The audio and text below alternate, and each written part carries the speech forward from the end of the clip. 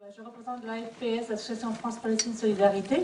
Donc on est très heureux aujourd'hui d'accueillir Pierre Stamboul, qui est donc membre de l'UJFP, l'Union Juive Française pour la Paix. Donc je vais le laisser se présenter tout à l'heure. Donc au niveau de l'AFPS, on vous en parlera peut-être, enfin je pense que Pierre va vous en parler aussi, mais vous verrez sur la table, vous avez des documents pour la campagne BDS, mais vous avez aussi surtout la campagne actuellement, le bateau français pour Gaza. Donc tout à l'heure, il y a un petit bateau là-bas, donc si les gens veulent faire des dons pour ce bateau, qui va coûter donc à peu près 450 000 €, et donc qui devrait partir au printemps. Donc voilà, donc vous avez sur la table aussi, vous avez des petits produits palestiniens, donc n'hésitez pas, soit en sortant, de regarder un peu tous les documents qu'il y a là-bas. Donc voilà, je vais laisser la place maintenant à Pierre, pour se présenter. Bonjour à toutes et à tous, je remercie vivement l'association France-Palestine Solidarité, dont d'ailleurs je suis également membre, de m'avoir invité. Donc je m'appelle Pierre Stamboul, je suis membre du bureau national de l'Union Juive Française pour la Paix. Je vais vous dire un petit peu quelques mots sur mon association et sur moi-même, peut-être avant de commencer le débat. L'UJFP s'est créé en 1994, mais au début c'était un groupe tout à fait confidentiel qui s'est véritablement développé à partir de ce qu'on appelle improprement la deuxième intifada, au moment de la grande révolte palestinienne qui a suivi la provocation d'Ariel Sharon sur l'esplanade des mosquées. Et nous avons éprouvé à ce moment-là un sentiment assez égoïste, qui était l'idée que le crime se commet en notre nom, que c'est un État qui se dit État juif, qui était en train de détruire une fois de plus la société palestinienne, en installant des colonies qui se disent colonies juives. Et nous nous sentions, et nous nous sentons toujours, représentants tout à fait d'une autre histoire et d'une autre mémoire du judaïsme. Et puis, dans la volonté d'adhérer à une association où il y avait le J, parce que nous sommes tous farouchement laïcs, et moi, en ce qui me concerne, totalement athée, il y avait l'idée aussi que, en parlant de l'intérieur du judaïsme, il y avait une efficacité certaine.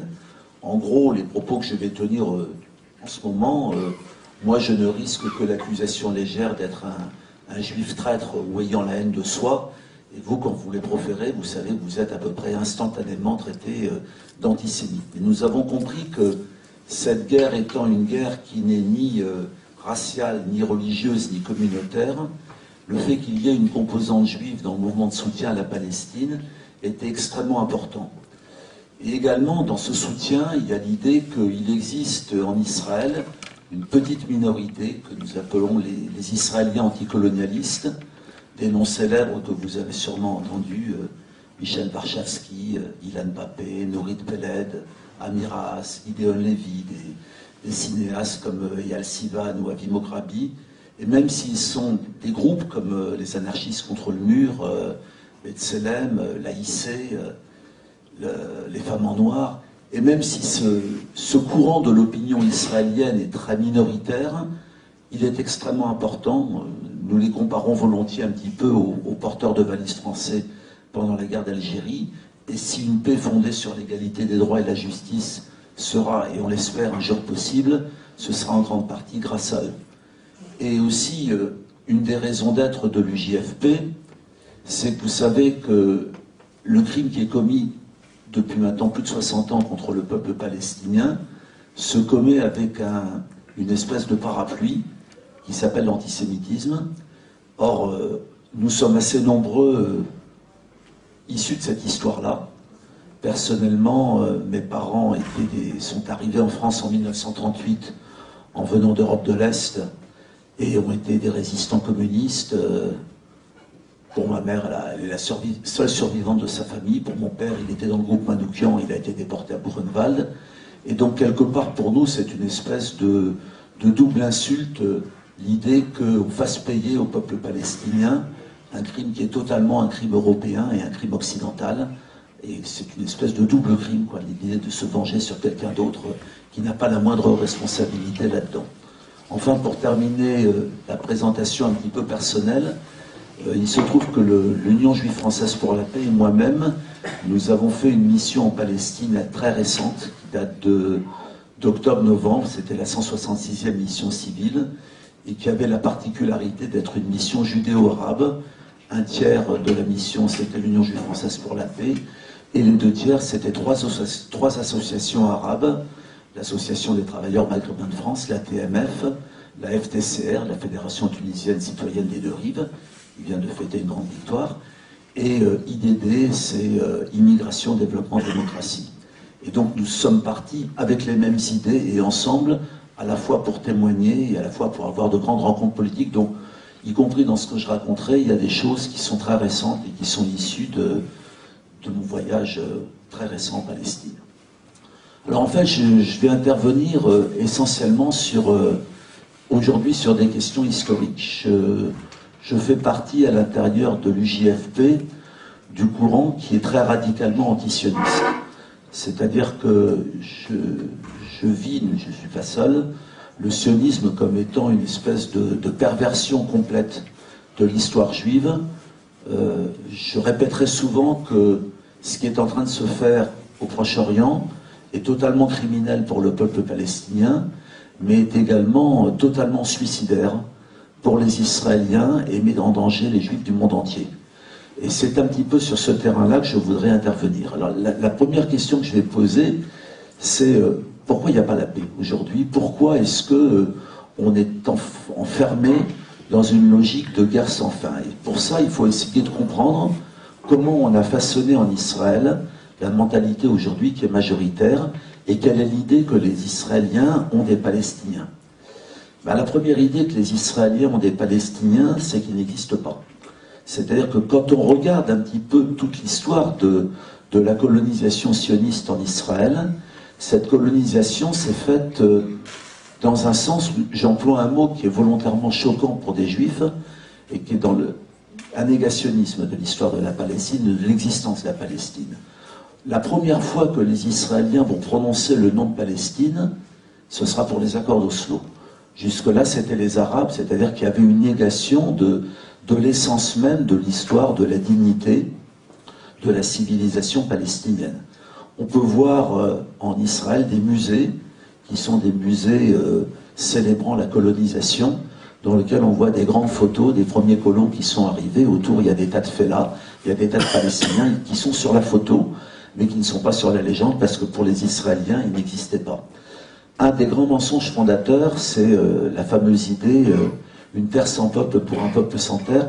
C'est un peu injuste, parce que celui qui a prononcé ça, c'est Israël Zangwill, qui était un écrivain juif britannique, qui n'était pas foncièrement colonialiste, qui disait qu'en tout cas, s'il fallait une solution territoriale, ça devait être une terre sans peuple pour un peuple sans terre. Mais on a décidé au congrès de Bâle que ce serait la Palestine. Je reviendrai un petit peu sur les raisons pour lesquelles on a décidé que ce serait la Palestine. Or, en Palestine, il y avait un peuple, et dès le début, les Israéliens ont complètement oublié qu'il y avait un peuple. En Israël, il y a toute une série de mensonges fondateurs qui existent. Il est significatif que quand il y a eu les toutes premières discussions internationales qui ont abouti bien plus tard aux accords d'Oslo, c'était la conférence de Madrid, le premier discours que le Premier ministre de l'époque, Yitzhak Shamir, avait prononcé, c'était « Les Juifs sont ici depuis 4000 ans et n'en repartiront pas ». Ce qui est un mensonge évident. Les Juifs n'ont pas été là pendant au moins 2000 ans. Mais il y a cette idée absolument forcenée qui existe en Israël que c'est notre terre, nous avons été en exil et nous effectuons notre tour. Et j'insisterai un petit peu sur cette question-là. Je reprendrai un petit peu la théorie qui pour moi est parfaitement juste de Shlomo Sand, si vous avez lu son livre « Comment le peuple juif fut inventé ». Mais il n'y a eu ni exil ni retour, et c'est véritablement un phénomène de conquête qui a eu lieu à partir du début du XXe siècle. Les premiers dirigeants sionistes, quand ils sont arrivés, vis-à-vis des Palestiniens, là je vais citer Ben Gurion et Ben-Si, ils pensaient que les fellahs, comme ils les appelaient, étaient probablement des descendants des Hébreux. Je pense qu'ils ne se trompaient pas sur ce plan-là. Les Palestiniens sont effectivement des descendants des Hébreux, et ils pensaient qu'ils pourraient les assimiler au projet sioniste. Là, évidemment, ils se trompaient, parce qu'il y a eu, dès le départ, dès les années 1900, un phénomène de conquête qui a été l'installation d'un véritable appareil d'État.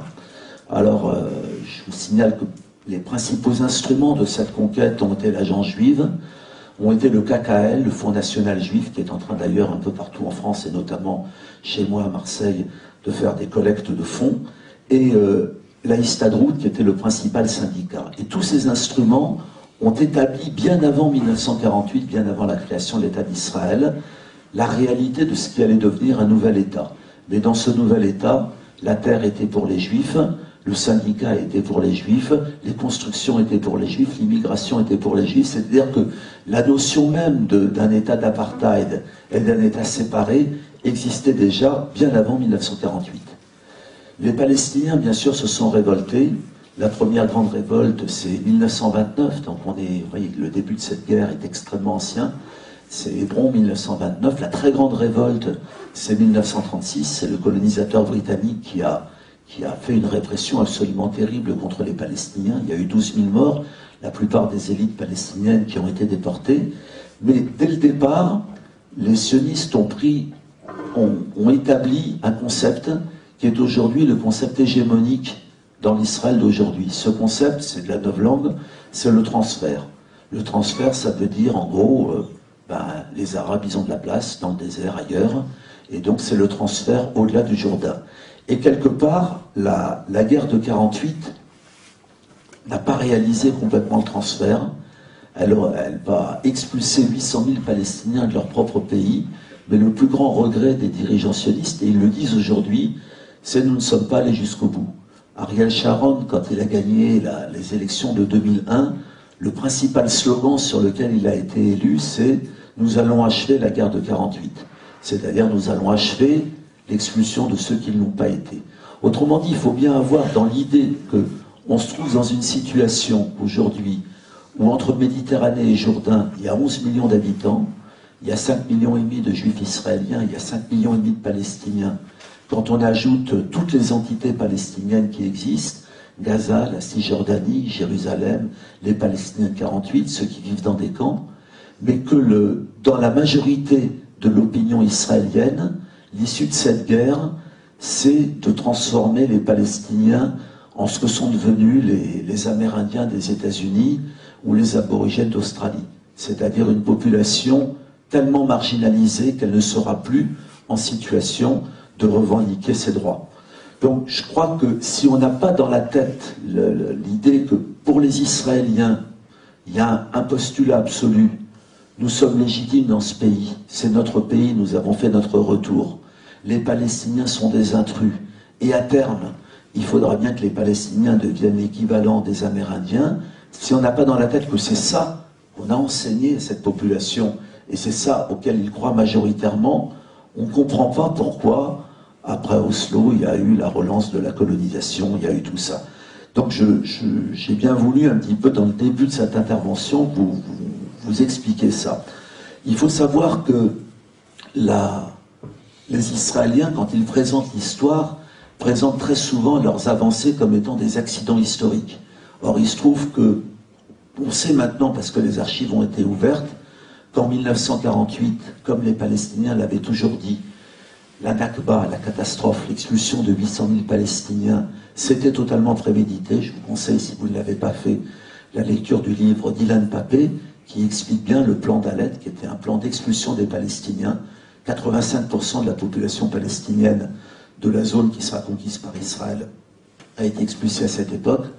Il faut savoir qu'en 1967, Israël n'était pas plus encerclé que ça, que les plans de conquête étaient prêts depuis longtemps, et surtout que bien avant la conquête de Jérusalem, de la Cisjordanie, du Golan et de Gaza, le plan de colonisation était prêt. Ce n'est pas un plan accidentel, et j'expliquerai un petit peu dans quelles conditions s'est réalisée cette colonisation. Dans une deuxième partie, je vais un petit peu expliquer, d'un point de vue juif, comment on en est arrivé là. C'est-à-dire que le sionisme, je le vis, les antisionistes le vivent comme une espèce de gigantesque manipulation de l'histoire et de la mémoire juive. Je commencerai peut-être par une anecdote. En 1948, juste, on est en pleine guerre que les Israéliens appellent d'indépendance, que les Palestiniens appellent la catastrophe. Menachem Begin fait une visite aux États-Unis. C'est un mois après le massacre de Deir Yassin qui est un des plus grands massacres de la guerre de 48, et les plus grands intellectuels juifs américains, avec en tête Albert Einstein et Hannah Arendt, écrivent au président Truman en disant Begin arrive, c'est un terroriste, arrêtez-le ou expulsez-le. Donc il est clair que nous nous sentons, nous comme juifs, totalement en lien avec Einstein ou Arendt à l'époque, et qu'aujourd'hui, par une espèce d'inversion complète de l'histoire, ce sont les théories de véritables terroristes comme Menachem Begin qui paraissent hégémoniques dans le judaïsme. Pour dire un petit peu dans quel état se trouve aujourd'hui et la société israélienne et ceux qui la soutiennent inconditionnellement en France. Je vais citer quand même des choses qui en disent long. Stéphane Hessel, que vous connaissez bien, ancien résistant, juif, déporté à Buchenwald, est aujourd'hui accusé d'antisémitisme. Edgar Morin, de son vrai nom, Edgar Naoum, résistant, chef d'un réseau, et également parce qu'il est très critique vis-à-vis d'Israël, est accusé par des officines d'extrême droite d'être antisémite. En même temps, ça date d'il y a moins d'un mois, 35 parlementaires représentant tous les groupes de l'extrême droite au Parlement européen, avec en tête Geert Wilders des Pays-Bas et Strache, qui est un néo-nazi autrichien, font une visite officielle en Israël et sont reçus à la Knesset par leur homologue Avigdor Lieberman. En même temps, la colonisation en Cisjordanie est financée, notamment Maale Adumim, qui est une des plus grandes colonies qui coupe la Cisjordanie en deux, par d'authentiques antisémites américains qui sont les chrétiens sionistes et qui, dans leur théorie religieuse, chargent les juifs d'expulser le mal de la Terre Sainte. Le mal à Armageddon, c'est évidemment, ce sont les Arabes. En même temps, sur des tas de sites sionistes, on accuse Charles Anderlin, journaliste franco-israélien, d'avoir trafiqué sa caméra, et on dit que la mort du petit Mohamed dans les bras de son père devant la colonie de Netzarim au moment de la première invasion de Gaza, c'est un montage. En même temps, et ça date il y a quelques jours, je suis interviewé à Marseille par une journaliste de France Info, mais qui a vécu en Israël, et qui me dit, mais vous savez bien que à bord du Mavi Marmara, la flottille qui a été attaquée par les Israéliens, ce sont les Turcs qui ont attaqué les soldats israéliens. En même temps, ça date il y a 3 ou 4 jours, une jeune femme palestinienne est la 30e victime de la résistance non violente qui a lieu aujourd'hui pour lutter contre le mur, à Bilin.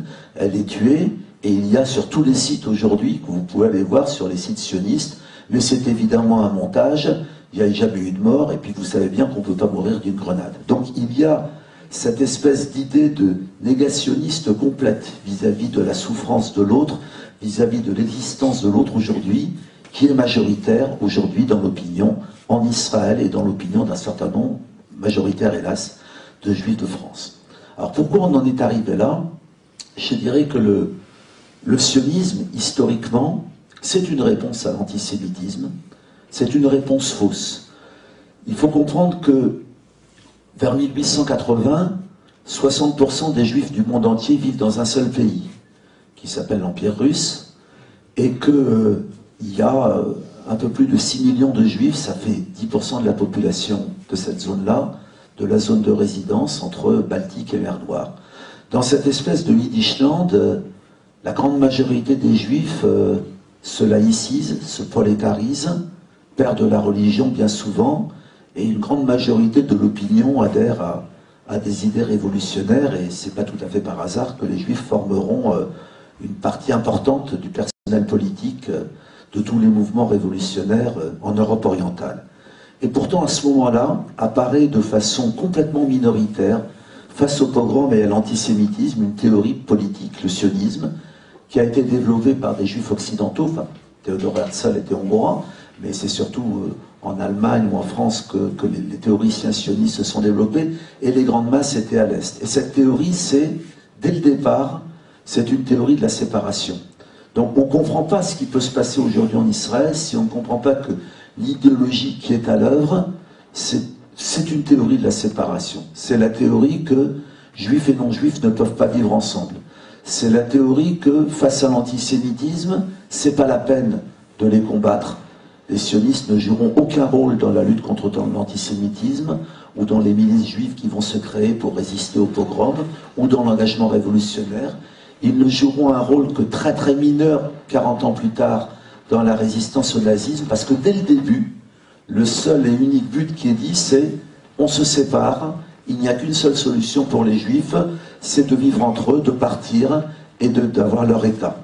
Donc si on n'a pas cette idée que, par exemple, nous on peut avoir une idée citoyenne, il y a des juifs et des palestiniens en Israël qui vivent ensemble sur un pied d'égalité, cette idée-là, elle est contraire à la théorie qui a créé l'État d'Israël. Dans cette théorie-là, on se sépare, donc les Palestiniens sont des intrus, puisque maintenant c'est notre État, et ils sont des étrangers dans notre État. Il faut comprendre que le sionisme a détruit très volontairement la plupart des identités juives qui existaient dans les différentes régions de la diaspora. Les langues minoritaires, le ladino qui était parlé par les séfarades, le judéo-arabe qui était parlé par les juifs du Maghreb, le yiddish qui était parlé en Europe orientale, ces identités-là ont disparu, les langues, les traditions et tout, parce qu'il y a derrière cette théorie-là l'idée de fonder un homme nouveau. Donc il faut comprendre que les valeurs qui sont à l'œuvre en Israël, le militarisme, l'esprit pionnier, le racisme et tout. Je vais peut-être parler sans micro, vous m'entendez? Non, alors avec le micro, on va continuer. Donc il faut comprendre que ces valeurs-là sont complètement contraires aux valeurs qui avaient émergé dans le monde juif à la fin du 19e siècle et au début du 20e. C'est une espèce de rupture complète. Quand je parle de réécriture de l'histoire, le sionisme est peut-être un des rares projets qui aura réussi à créer un homme nouveau. Dans la manipulation de l'histoire, je vais remonter loin. Je vous conseille un livre, si vous ne l'avez pas lu, qui s'appelle La Bible dévoilée, qui est écrit par les deux plus grands archéologues israéliens, Israël Finkelstein et Neil Asher Silberman. Ce livre ne fait, sauf sur quelques détails, et il n'est absolument pas discuté aujourd'hui dans les milieux historiques et archéologiques. En gros, il dit quoi? Il dit l'arrivée des Juifs de Mésopotamie, c'est totalement faux, il n'y a pas le moindre indice des Hébreux de Mésopotamie, il n'y a pas le moindre indice de ça. Il n'empêche, aujourd'hui à Hébron, il y a des colons qui prétendent vivre dans la ville d'Abraham, il y a un fou extrémiste qui s'appelait Baruch Goldstein et qui a tué 29 Palestiniens dans le caveau des patriarches, parce que, selon son idée, il est évident qu'Abraham n'appartient qu'aux Juifs et n'appartient pas aux Arabes. Dans le livre La Bible dévoilée, on dit qu'il n'y a eu ni entrée ni sortie d'Égypte, que tout ça c'est de la légende. On dit en même temps que la conquête sanglante de Canaan, qui est un des morceaux de la Bible, n'a absolument pas existé, que les Hébreux étaient un peuple autochtone. Vous avez aujourd'hui, quand vous voyagez en Cisjordanie, vous pouvez traverser complètement le pays sans voir qu'il y a la Palestine. Vous voyez sur les panneaux indicateurs des dizaines de noms de colonies d'où non bibliques, Ephrat, Shiloh, Élie, Kiryat Arba, etc. Donc tous, ils sont censés avoir ressuscité la conquête sanglante de Canaan par Josué, sauf qu'il n'y a eu ni conquête, ni Josué, ni rien du tout. C'est-à-dire qu'on est dans le délire et dans le colonialisme au nom d'un mythe le plus absolu. Dans la Bible dévoilée, il est dit, et ça irrite énormément les autorités israéliennes, qu'à l'époque présumée du royaume unifié de David et Salomon, Jérusalem était un petit village de l'âge de fer avec quelques centaines d'habitants. Alors non seulement on fait des fouilles un peu partout dans Jérusalem, y compris sous l'esplanade des mosquées, mais aujourd'hui à Silouane, qui est un quartier de Jérusalem-Est, il y a un véritable plan de dépossession des Palestiniens de leur propre quartier. À Silouane, il y a déjà 90 maisons qui ont été détruites, 1600 personnes qui ont été expulsées. Pourquoi? Pour créer le parc du roi David, pour faire visiter la maison du roi David, lequel roi David, si jamais il a existé, devait être un berger. Voilà.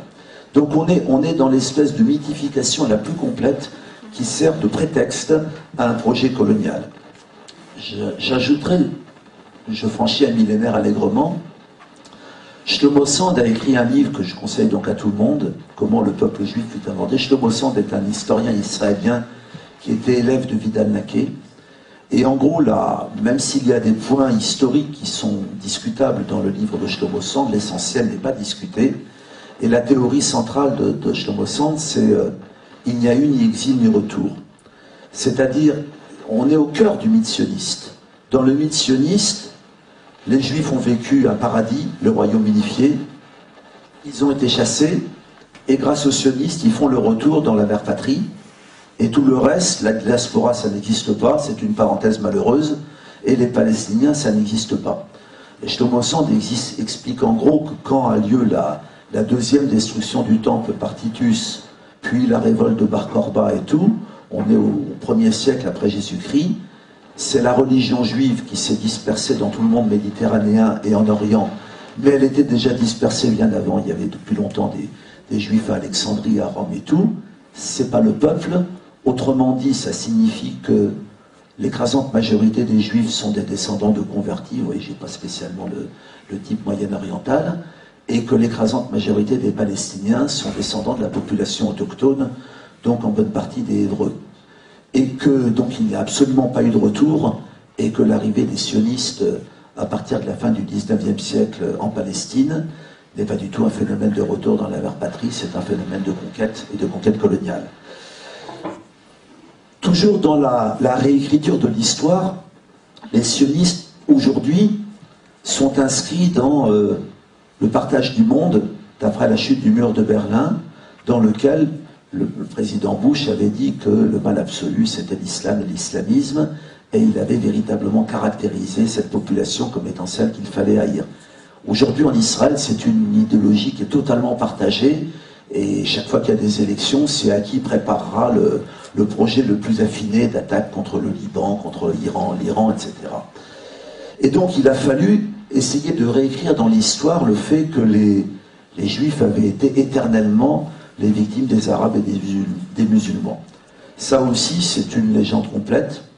Les Juifs ont vécu pendant 15 siècles avant le sionisme dans le monde musulman, avec une situation et un statut qui étaient codifiés, qui sont toujours codifiés. C'est le statut dhimmi qui existe toujours en Iran. En Iran, les religions du livre ont, de par la loi, des députés. Donc il y a un député juif, 2 députés chrétiens, un député zoroastrien, mais dans le monde musulman, c'était pas la citoyenneté, c'est certain, mais il y avait la citoyenneté nulle part. Mais enfin, pendant des siècles, les Juifs qui vivaient en Égypte, ceux qui ont été accueillis par l'Empire ottoman quand ils ont été chassés d'Espagne et tout, ont vécu dignement, ont vécu avec leurs propres coutumes, ont vécu sans heurts et tout. Il n'y a pas la moindre ressemblance entre ce que les Juifs ont vécu dans le monde musulman et ce qu'ils ont vécu en Europe. Parce que je parlerai un petit peu un peu plus tard de l'antisémitisme, des différentes phases de l'antisémitisme, et ne fait pas de doute que l'antisémitisme, sa création est un phénomène chrétien, et la responsabilité du christianisme est absolument écrasante. Donc toute l'espèce de réécriture de l'histoire qui viserait à dire qu'il y aurait une opposition millénaire entre judaïsme et islam, elle est complètement inventée. Et dans toutes les preuves, je veux dire, il y a cette époque un petit peu mythifiée de l'Andalousie où les 3 religions cohabitaient, mais il y a cet épisode beaucoup plus connu des Juifs chassés d'Espagne par l'Inquisition et qui se réfugieront dans l'Empire ottoman et qui, entre parenthèses, n'iront pas en Palestine, alors qu'ils pouvaient. Ils iront à Smyrne, ils iront à Salonique, ils iront à Istanbul ou à Sarajevo. Donc l'espèce d'idée sioniste que les Juifs ont toujours rêvé de rentrer en Palestine, ça encore, c'est une manipulation de l'histoire. Dans la manipulation de la mémoire, il y a cette idée donc que les Juifs auraient toujours voulu rentrer, qu'ils avaient toujours un œil tourné vers une option territoriale. Il n'y a pas la moindre trace de ça. Il commence à y avoir quelques voyages de Juifs religieux vers la Palestine, marocains ou polonais vers le XVIIe, XVIIIe siècle, c'est quelque chose de très tardif, c'est quelque chose d'extrêmement minoritaire. Il n'y a jamais eu la moindre idée de volonté de créer un État juif avant le sionisme, et même dans l'Empire tsariste, il y avait un parti révolutionnaire juif, dont on a un peu oublié l'histoire, qui était le Bund. Le Bund faisait partie de l'Internationale, c'était des révolutionnaires, ils ont organisé la résistance au pogrom, et le Bund était, son option politique, c'était l'autonomie culturelle des Juifs sur place, sans territoire. Les bundistes étaient très farouchement antisionistes, Et le dernier grand bundiste qui est mort, c'était il y a 2 ans, c'était Marek Edelman, le commandant en second de l'insurrection du ghetto de Varsovie. Et donc, y compris cette histoire-là du judaïsme, le Bund était écrasamment majoritaire parmi les juifs en Pologne et en Biélorussie dans les années 1900, elle a été complètement occultée. Par contre, ce qui est très fortement cultivé en Israël et dans les colonies juives, c'est le complexe de Masada. Qu'est-ce que c'est que Masada? C'est une citadelle au-dessus de la mer Morte, où les derniers révoltés, qui étaient des zélotes, donc c'est au moment de la destruction du temple Partitus, ont préféré se suicider plutôt qu'être capturés. Et il y a une espèce d'éducation en Israël sur le mode Masada, on recommence, c'est-à-dire il vaut mieux la mort que le compromis, ou il vaut mieux la mort que l'égalité avec les Palestiniens. Et si vous allez voir le film anticolonialiste Pour un seul de mes 2 yeux de Avi Mograbi, on voit ces enfants israéliens qui sont sur le site de Masada et qui crient « Romain, tu ne mourras pas vivant » et tout. Et dans le complexe de Masada, il y a aussi une idée qu'il faut bien comprendre. On enseigne aux Juifs et aux Israéliens l'idée que les victimes ont été, sont et seront toujours des Juifs. C'est-à-dire qu'on leur enseigne, moi j'ai grandi là-dedans, on leur enseigne l'idée que la seule souffrance, quand ça vaille le coup de parler, c'est la souffrance des Juifs face au génocide et tout, et que les autres, leur souffrance, leur dignité et tout, n'existent pas. Et ça fait aussi partie du complexe de Masada. Alors j'ai maintenant parlé de l'impunité de l'État d'Israël, parce qu'on est un petit peu sur la clé de ce conflit qui continue. Les Israéliens disent que leur État est totalement légitime, en gros sur l'idée que le sionisme est un mouvement de libération nationale, et sur l'idée qu'il y a eu génocide et donc qu'il fallait un État juif. Alors je pense que ces concepts-là sont des choses qu'il faut un petit peu revisiter. Le sionisme est-il un mouvement de libération nationale? Le mouvement de libération nationale, a priori, c'est un peuple persécuté et qui définit ses droits et qui demande, en gros, l'indépendance ou l'exercice d'une souveraineté. D'abord, il faut comprendre que le sionisme naît à la fin du XIXe siècle, à un moment où il y a une explosion générale des nationalismes européens. C'est la chute des grands empires multinationaux, l'Empire ottoman, l'Empire russe, l'Empire austro-hongrois. Et en gros, il y a cette espèce d'équation très simple qui naît, un peuple égale un État.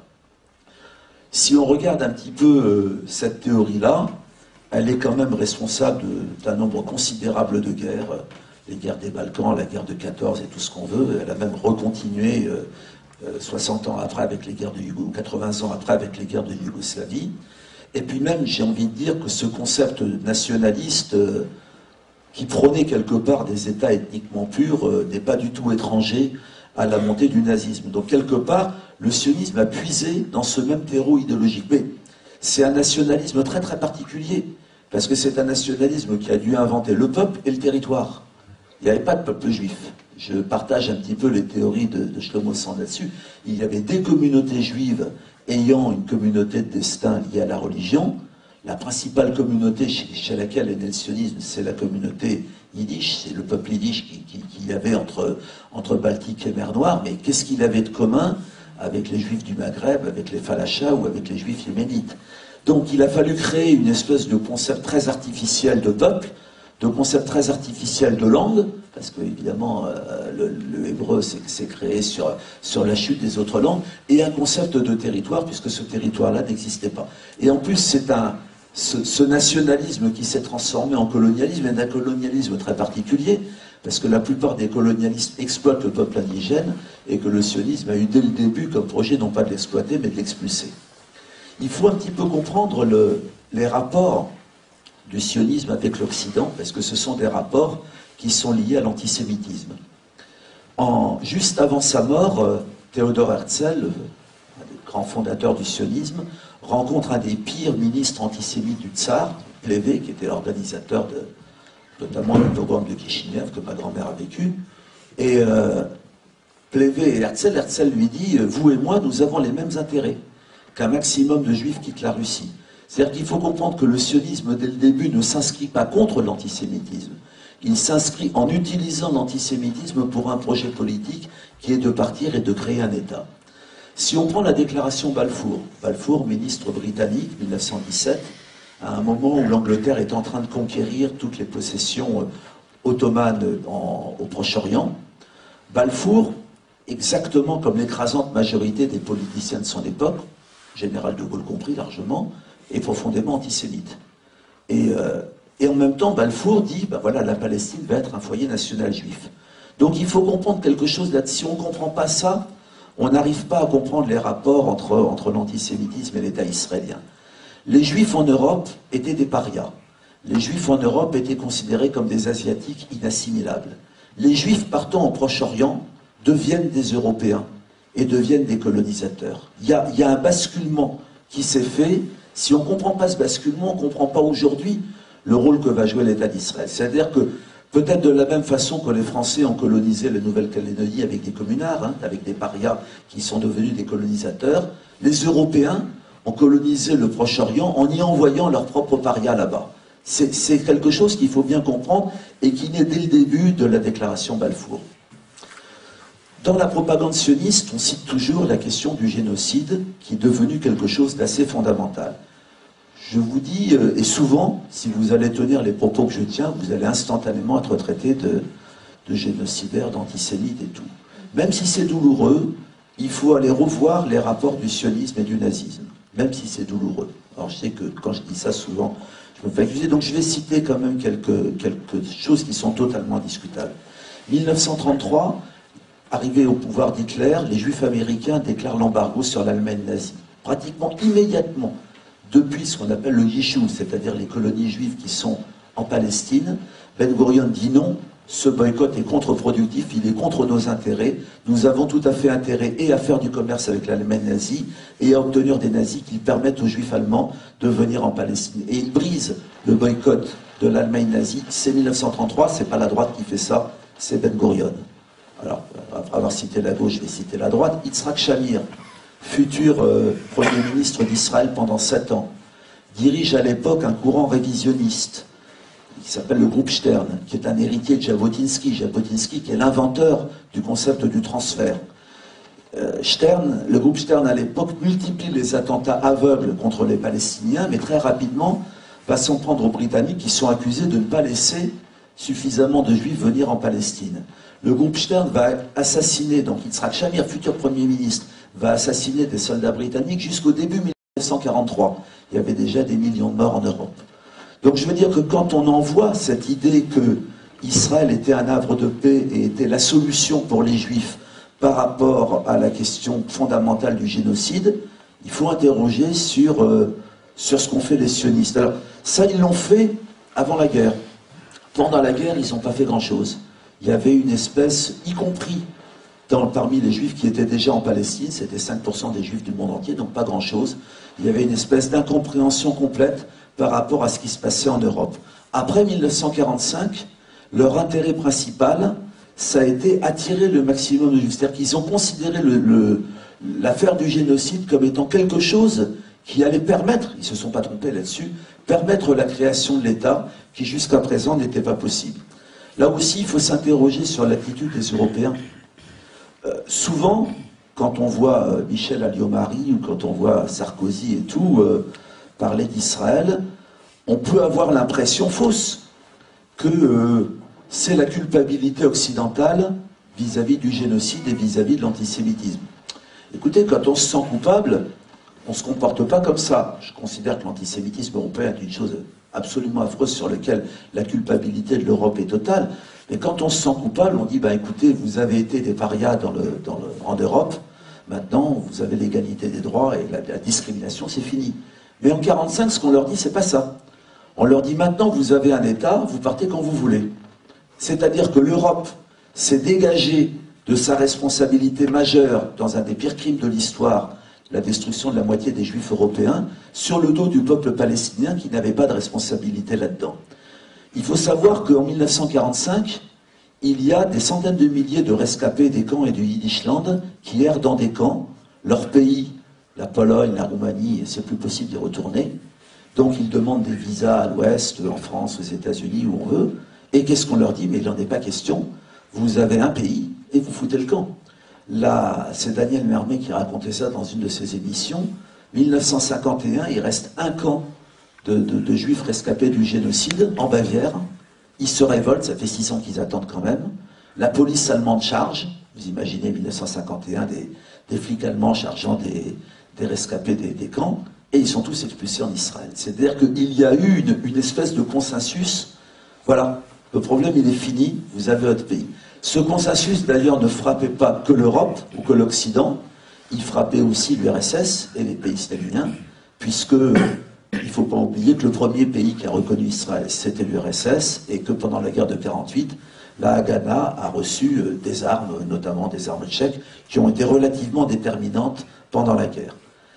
Les sionistes ont souvent dit, mais les Palestiniens sont responsables aussi du génocide, et ils ont avancé, et ça c'est dans tous les livres de propagande sioniste, l'histoire du moufti Amin al-Husseini, qui est de la famille de Leila Shahid ou de Faisal al-Husseini, en disant, il a été prononcé, ce qui est authentique, il y a un dirigeant palestinien qui a été une ordure totale, qui a été à Berlin et qui était... mais voilà, quand vous lisez, je vous conseille aussi le livre de Gilbert Achcar, Les Arabes et la Shoah, vous voyez que Amin al-Husseini était totalement isolé parmi les Palestiniens et que cette idée d'essayer de rattacher quelque part les Palestiniens au génocide nazi est quelque chose de complètement incongru et de quelque chose qui est faux. Toujours pour terminer un petit peu sur la question de l'antisémitisme, de l'exploitation de l'antisémitisme, parce que c'est ça qui fait l'impunité de l'État d'Israël, il faut savoir que les rescapés du génocide ont été très très mal accueillis en Israël, dès le début. Ils ont été mal accueillis, on leur a dit, en gros, les religieux leur ont dit, c'est parce que vous avez péché que vous êtes partis dans les fours crématoires, et les sionistes leur ont dit, vous y êtes allés, vous vous êtes laissés déporter sans vous battre, ce qui est tout à fait faux. Les parents étaient dans la MOI, qui était une résistance où les Juifs jouaient un grand rôle. Mais on leur a dit, regardez, au contraire, les Israéliens se battent pour défricher leur pays. Le résultat, c'est que les rescapés ont été très mal accueillis. Ils continuent à être très mal accueillis puisqu'il reste en Israël entre 200 et 250 000 survivants du génocide et la moitié vit sous le seuil de pauvreté, en particulier ceux qui sont venus de Russie, parce que dans un pays ultralibéral, c'est pas très intéressant de leur donner des retraites décentes. Donc, il y a ça d'un côté, et puis à partir des années 50, le jeune État d'Israël voit toute la possibilité d'utiliser pour se légitimiser la question du génocide et la question de l'antisémitisme. Il crée le musée de Yad Vashem, entre parenthèses, le musée de Yad Vashem est sur le territoire de Der Yassin, le village martyr de la guerre de 48. Vous voyez un petit peu la façon dont on manipule un peu les différentes mémoires. Il y aura le procès Eichmann et son exécution, donc c'est 59-60. Et à partir de cette période, disons, la question du génocide devient existentielle pour les Israéliens. C'est-à-dire qu'ils vont se présenter de façon absolue comme étant ceux qui possèdent la propriété totale sur la question du génocide et de l'antisémitisme. C'est eux qui nomment les justes, ceux qui ont sauvé des Juifs pendant la guerre. Bon, moi, issu de la même histoire, je trouve que cette captation d'héritage est absolument indigne, que les sionistes n'ont strictement aucun droit à s'accaparer cette mémoire, que en plus 70 ou 75% de la population israélienne aujourd'hui n'a rien à voir familialement ou historiquement avec l'histoire du génocide, donc que c'est quelque chose qui n'a pas lieu d'être. J'ai même envie de dire au contraire qu'il serait intéressant de regarder ce qui est à l'œuvre aujourd'hui en Israël, la façon dont on nie l'existence de l'autre, dont on nie sa dignité, ses droits et tout, avec un certain nombre de processus qui ont conduit par exemple au fascisme. Dernière idée sur l'impunité d'Israël, il faut comprendre que souvent le mouvement de soutien à la Palestine se trompe sur un point, je dis il se trompe, en pensant qu'on pourrait convaincre les gouvernements occidentaux de prendre des sanctions contre Israël. Donc autant, et je l'expliquerai quand je parlerai du boycott, autant on peut convaincre les peuples de la terre entière qu'il faut absolument soutenir les Palestiniens, autant pour les gouvernements on se trompe. C'est-à-dire que l'État d'Israël, là je reprends des paroles d'Eyal Sivan, qui est un grand cinéaste israélien, anticolonialiste, l'État d'Israël tel qu'il existe, surarmé, dépensant 60% de son budget dans l'armée, dans les technologies de pointe et tout, étant une espèce de pion avancé de l'Occident au Proche-Orient, c'est l'État rêvé pour les Occidentaux. Quand Sarkozy dit « je dois envoyer un sous-marin pour regarder si le Hamas ne reconstruit pas des tunnels », c'est pas qu'il se trompe ou qu'il est mal informé, c'est que ce que fait Israël, c'est le bras armé de ce qu'il veut faire, c'est le bras armé de la société telle qu'il la rêve.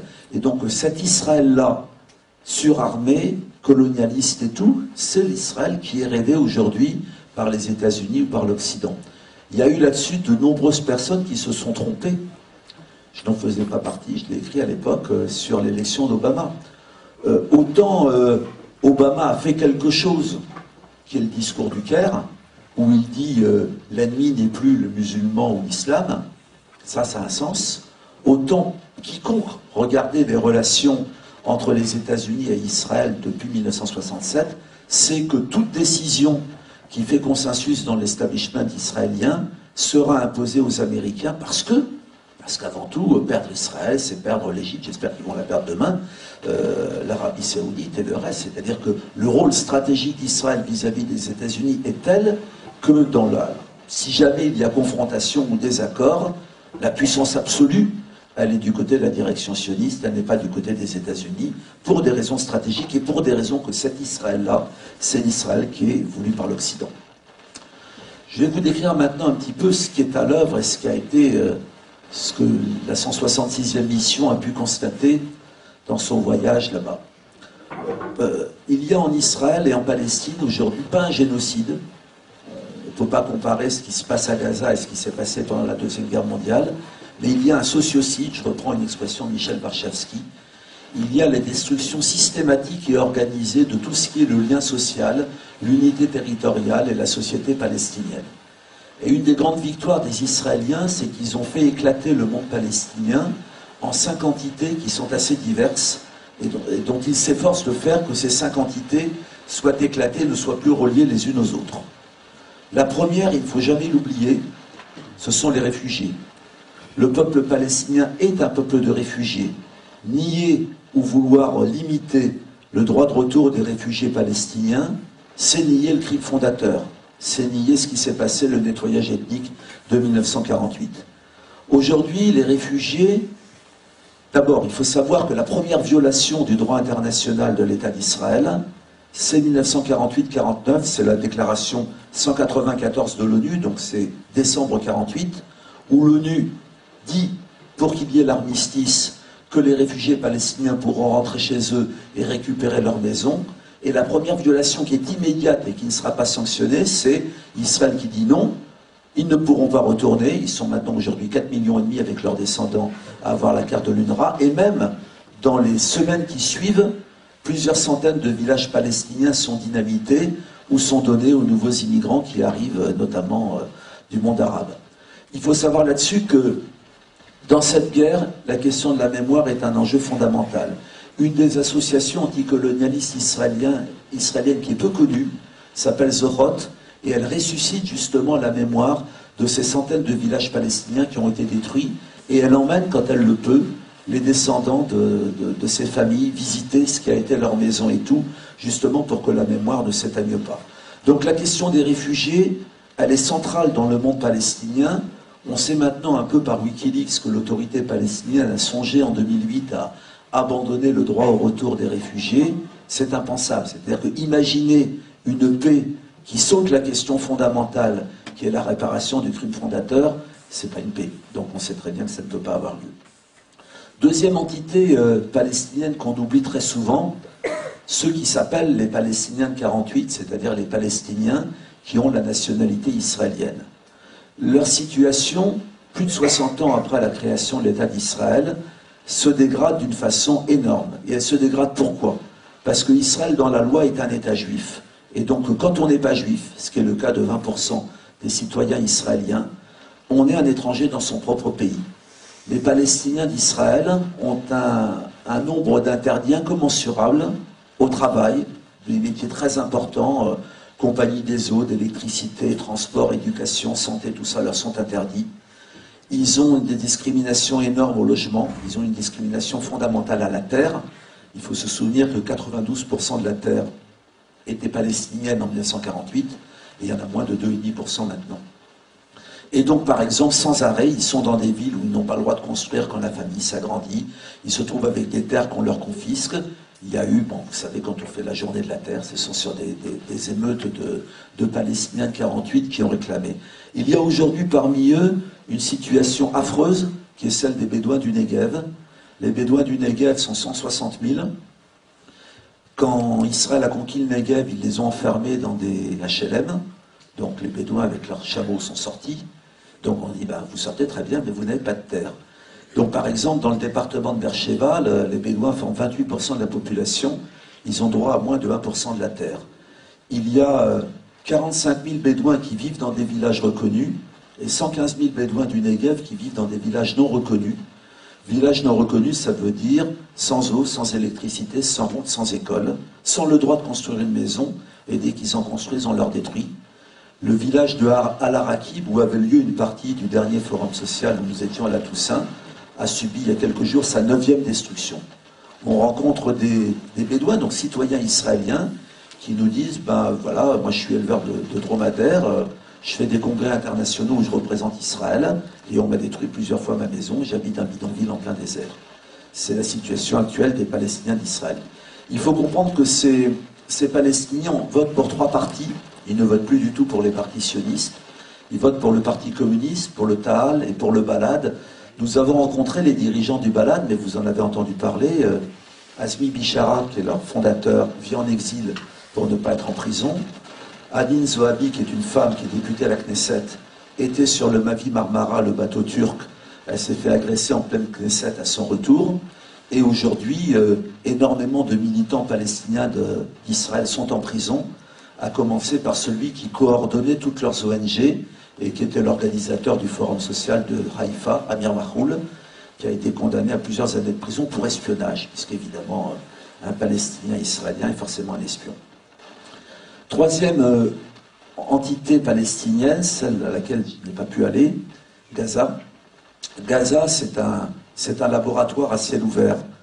C'est une région, donc vous le savez, 1 400 000 habitants, 4000 km².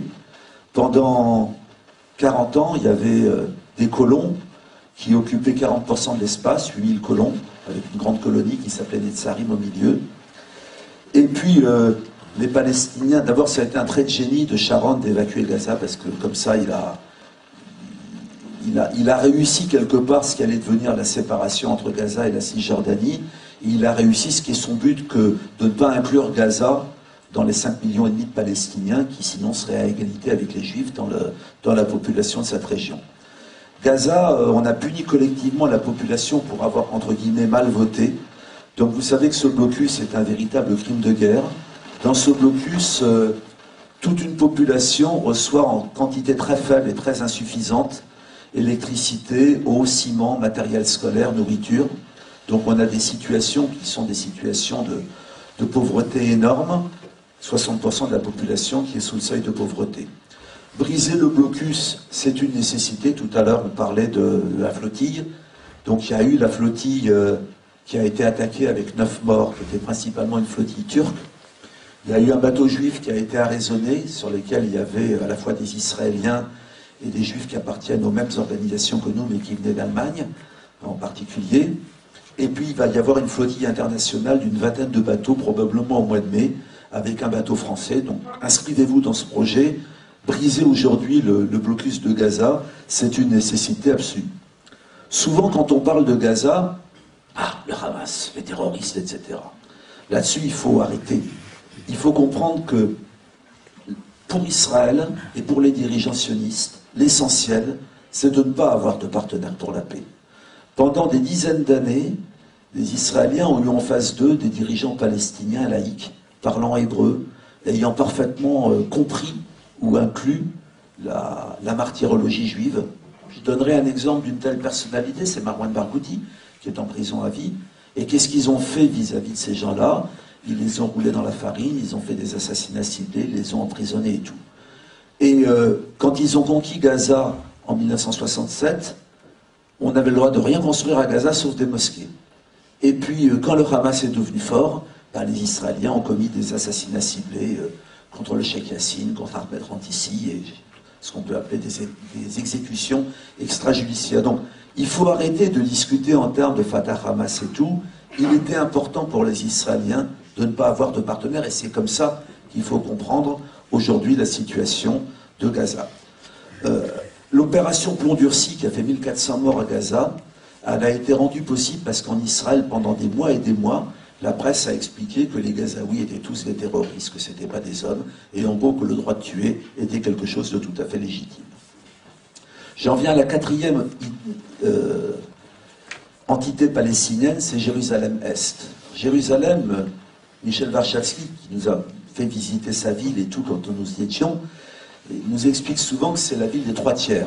En gros, il y a 300 000 Israéliens dans Jérusalem-Ouest, qui étaient Israéliens avant 67. Il y a un peu plus de 500 000 habitants à Jérusalem-Est, avec une toute petite majorité palestinienne, 270 000 Palestiniens et 250 000 colons. Quand on voit les colons, c'est atroce, c'est-à-dire que la ville de Jérusalem-Est, c'est une quinzaine de nouveaux quartiers qui ont été pris, qui ont été volés aux Palestiniens. Quand ils sont un petit peu éloignés du centre, comme Pisgat Ze'ev, ben on construit des tramways, c'est le fameux tramway de Alstom et Veolia pour relier ces zones-là à Jérusalem-Ouest. Et c'est une ville où, colline par colline, la judaïsation se fait à marche forcée. Mais la judaïsation de Jérusalem, elle a pris une accélération terrible. D'abord, il faut comprendre, quand les Israéliens ont annexé Jérusalem en 67, il y a eu un vote de la Knesset pour déclarer qu'elle était annexée, c'était une toute petite ville. Autour, il y avait la vieille ville et 2-3 quartiers autour. Maintenant, Jérusalem-Est, c'est 4% de la Cisjordanie. C'est un territoire immense qui, sur 20 km, s'étend de Ramallah à Bethléem. Et donc, dans ce territoire, il y a les colonies, et il reste les quartiers palestiniens. Et c'est ceux-là, aujourd'hui, qui sont attaqués. Je vous ai parlé de Silouane, qui était détruit au nom du roi David. Il y a Sheikh Jarrah, aujourd'hui, qui est attaqué de l'intérieur. Et puis, il faut comprendre que dans Jérusalem, il y a la question de la mémoire qui est permanente. Un quart de la vieille ville a été pris par les Israéliens, ce qu'ils ont dit, qui s'appelait autrefois le quartier juif.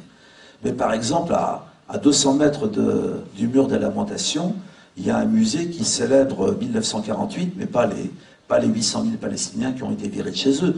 Non, les 2000 Israéliens qui vivaient dans la zone future, qui est devenue jordanienne, et qui ont dû partir de chez eux. C'est-à-dire la mémoire est toujours complètement sélective, et c'est ça qui est célébré à Jérusalem-Est. J'arrive sur la dernière entité, qui est la Cisjordanie.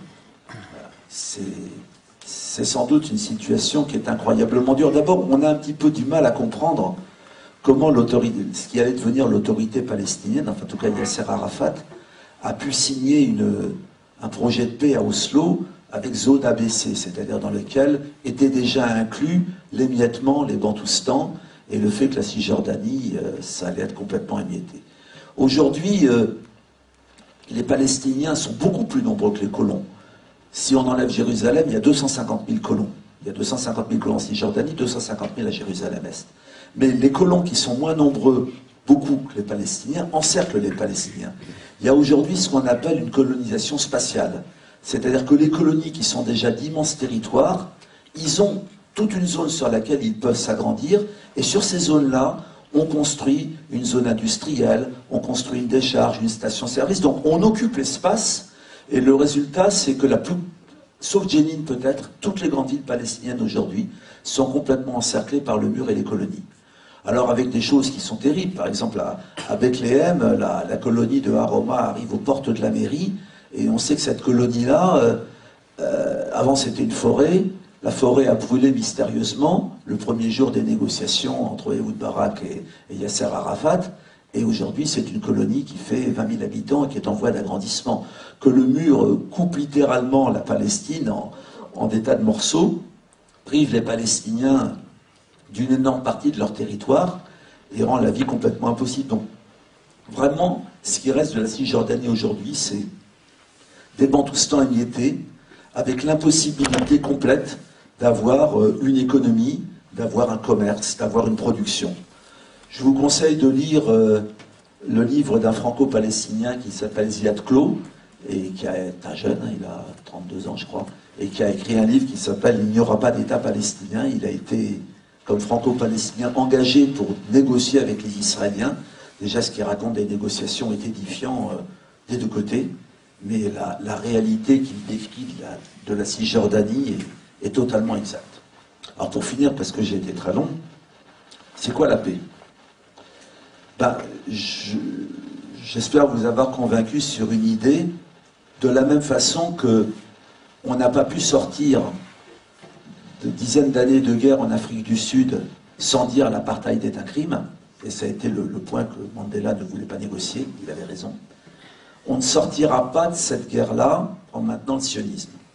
C'est-à-dire, moi je suis de ceux qui pensent que le sionisme est un obstacle à une paix juste, qu'il y a eu une tentative, 88, qui a été, on maintient le sionisme, on maintient l'État d'Israël tel qu'il se définit, et on fait ce que Arafat appelait la paix des braves, on accepte un État palestinien sur 22% de la Palestine historique. Le résultat, ça a été quoi? Même Yitzhak Rabin, entre la signature des accords d'Oslo, c'est 93, et son assassinat 95, il y a 18 mois qui s'écoulent. En 18 mois, Yitzhak Rabin installe 60 000 nouveaux colons. Donc pourquoi? Et je crois que si on ne comprend pas ce qu'est le sionisme, on ne comprend pas ça.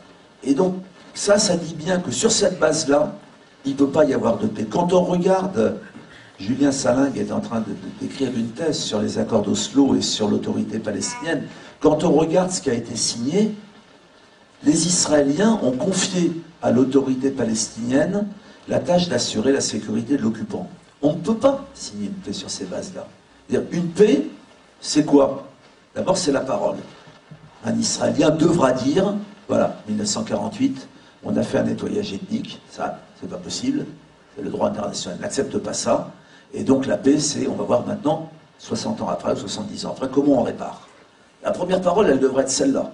Donc à partir du moment où comment on répare, on va discuter, alors là, toutes les options sont possibles, puisque c'est 50-50 pour la population, partage du territoire, État unique avec égalité des droits, tout est possible, et telles que les négociations sont parties, elles sont parties en gros pour que la colonisation, l'apartheid, l'occupation, dont les mots ne sont jamais cités dans les accords d'Oslo, se maintiennent, et quelque part que le pouvoir palestinien qui se crée soit un pouvoir un peu collabo pour assurer ça. Je vous assure qu'on a été surpris, même comme militants, de voir la colère en Palestine contre l'autorité palestinienne. Je pense qu'on aurait été à Gaza, on aurait eu la même colère contre le gouvernement de Gaza. C'est-à-dire que l'État d'Israël a créé quelque chose qui n'est pas du tout, qui tourne le dos totalement aux aspirations des Palestiniens à avoir un État, et qui est en gros une structure, ouais, collabo, il faut peut-être un petit peu l'appeler comme ça. Donc, il faudra, pour qu'il y ait une paix, qu'on ait un dépassement du sionisme, une rupture avec le sionisme. Israël ne pourra pas se définir comme un État juif. Shlomo Sand l'écrit dans son livre, il dit État juif ou démocratique, il faut choisir. C'est-à-dire que dès le moment où l'État se définit juif, par essence, tous ceux qui ne le sont pas, et à l'intérieur des frontières même de 48, les 20% de la population qui sont palestiniennes sont des sous-citoyens. Et cette question-là, elle est devenue primordiale aujourd'hui et elle ne peut pas être occultée. Sur la question des Israéliens, c'est très clair, les Israéliens resteront et doivent rester. Hein. Tous ceux qui, les barjots qui rêvent des Juifs à la mer, tout ça, il faut dire clairement que c'est une atrocité et tout. Mais ils resteront sur une base d'égalité. Il ne peut pas y avoir d'autre idée directrice d'une paix que l'égalité des droits et ce qu'on appelle le droit international qui reconnaît le droit des peuples et l'égalité et tout. Et en particulier, je dis que l'égalité pour moi, c'est pas 18% du territoire pour l'un et 22% pour l'autre. Je trouve ça plutôt injuste. Je crois qu'il faut dire, nous, dans ce que nous avons à dire, nous qui vivons en Europe, il faut dire que la politique israélienne n'est pas seulement destructrice et criminelle pour les Palestiniens, elle est complètement suicidaire pour les Israéliens, elle met en danger les Juifs du monde entier. Et il faut le dire vis-à-vis éternellement d'Israël qui dit « vous attisez l'antisémitisme ». Il y a une tâche aujourd'hui qui est fondamentale, c'est la question du BDS, boycott des investissements sanctions. Nous avons assisté à Birzeit à une conférence qui a été donnée par les initiateurs de ce mouvement. Le BDS, ce n'est pas quelque chose de français ou d'occidental. C'est 172 associations palestiniennes qui se réunissent, et parmi lesquelles toutes celles qu'on a pu voir au Forum social de Ramallah, et qui disent, face à la complicité, à l'inertie des sociétés, il s'agit pour les citoyens aujourd'hui de boycotter totalement l'État d'Israël et boycotter totalement l'État d'Israël, ça ne veut pas dire seulement ne pas acheter les avocats Carmel ou les oranges de Jaffa, ça veut dire boycotter politiquement, boycotter sportivement, boycotter scientifiquement, boycotter académiquement, boycotter tout ce qui ressemble aujourd'hui à cette aide-là, comme on a boycotté l'Afrique du Sud. Et on arrête avec les histoires, mais les Palestiniens seront victimes. Il y avait des Noirs qui travaillaient pour les entreprises blanches en Afrique du Sud, ils étaient demandeurs du boycott. C'est la société palestinienne qui nous le demande, et qui nous le demande parce qu'elle dit, s'il n'y a pas cette pression, si aujourd'hui il n'y a pas une déqualification, une atteinte à l'image d'Israël, il ne se passera rien parce que la plupart des États aujourd'hui sont complices. Et donc, pour ma dernière phrase, ce sera, s'il faut répondre à Michel Alliot-Marie qui accuse tous les partisans du BDS d'être des antisémites, il faut citer la phrase d'un anticolonialiste israélien qui s'appelle Neve Gordon, qui est universitaire, qui appartient au mouvement Boycott from Within, boycott de l'intérieur, et il dit « Je suis pour le boycott parce que c'est la seule façon de sauver mon pays ». Je vous remercie.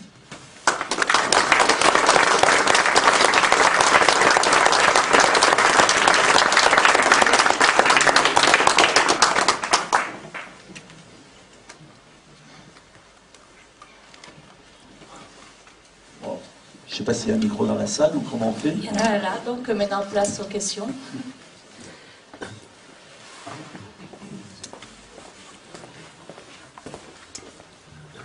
D'abord, un grand merci pour cet exposé lumineux, complet et qui met les pendules à l'heure. Est-ce que vous savez qu'avant Shlomo Sand, une historienne juive suissesse, Salsia Landmann, a la première probablement expliqué que les juifs du monde entier, et en particulier ceux d'Europe, n'étaient pas des émigrés venus depuis les temps anciens de la Judée ou de la Samarie, mais que c'était des descendants des convertis, et que le mouvement de conversion, certes, avait été majoritairement vers le christianisme, mais minoritairement, mais de façon appréciable, vers le judaïsme. Et que donc, les juifs d'aujourd'hui, et tous ceux d'Europe, notamment les Ashkénazes, sont des descendants de convertis. Et c'était donc la première à avoir écrit cela et à avoir